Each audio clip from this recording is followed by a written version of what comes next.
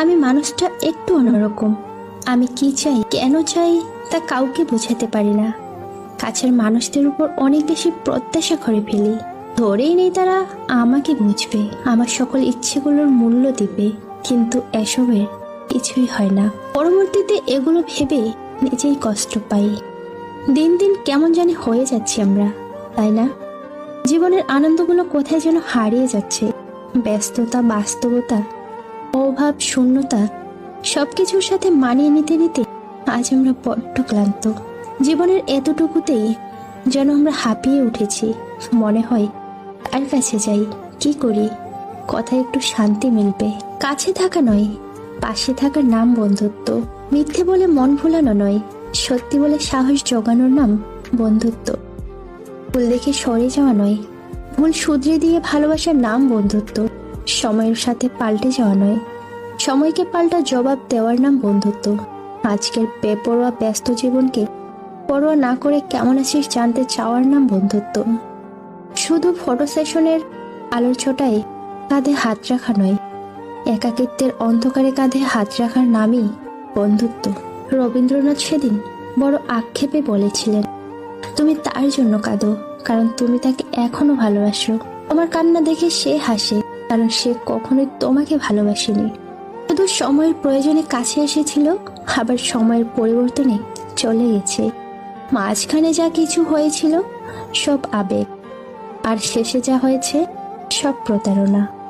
মাঝে মাঝে মনে হয় পৃথিবীর সমস্ত সমস্যার কারণ আমি না থাকলে সবাই ভালো থাকবে।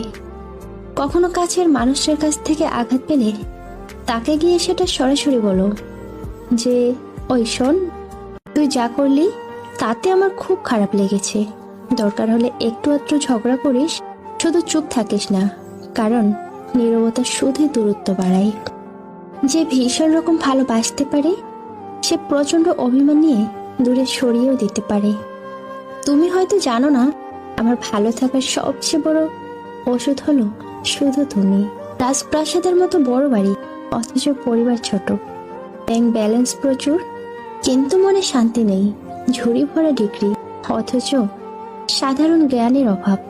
হাতে দামি ঘড়ি, অথচ সময়ের অভাব। প্রচুর ফেসবুক বন্ধু, কিন্তু বিপদে খোঁজ নেবার কেউ নেই। এটাই বর্তমান যুগের বাস্তবতা।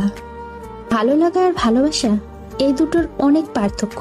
কথায় জানো, ভালো লাগা মানে হলো ক্ষণিকের মোহ, আর ভালোবাসা হলো এক অদ্ভুত মায়া, যা চাইলেও ভুলে যাওয়া যায় না। একটা মানুষ উচ্চ শিক্ষিত হওয়ার আগে উচ্চ মন মানসিকতার হওয়া প্রয়োজন। একটা সময় ছিল তুই আমার সাথে কথা বলার জন্য পাগল ছিলি, কিন্তু আজ সময়টা অনেক বদলে গেছে।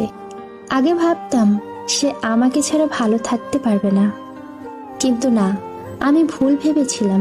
সে আমাকে ছাড়া আগের চেয়ে এখন বেশি ভালো আছে।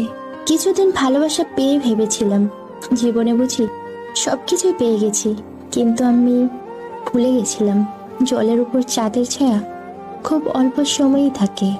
হয়তো তোমাকে কোনোদিন পাবো না, কিন্তু মনে রেখো, কোনোদিন ভুলতেও পারবো না।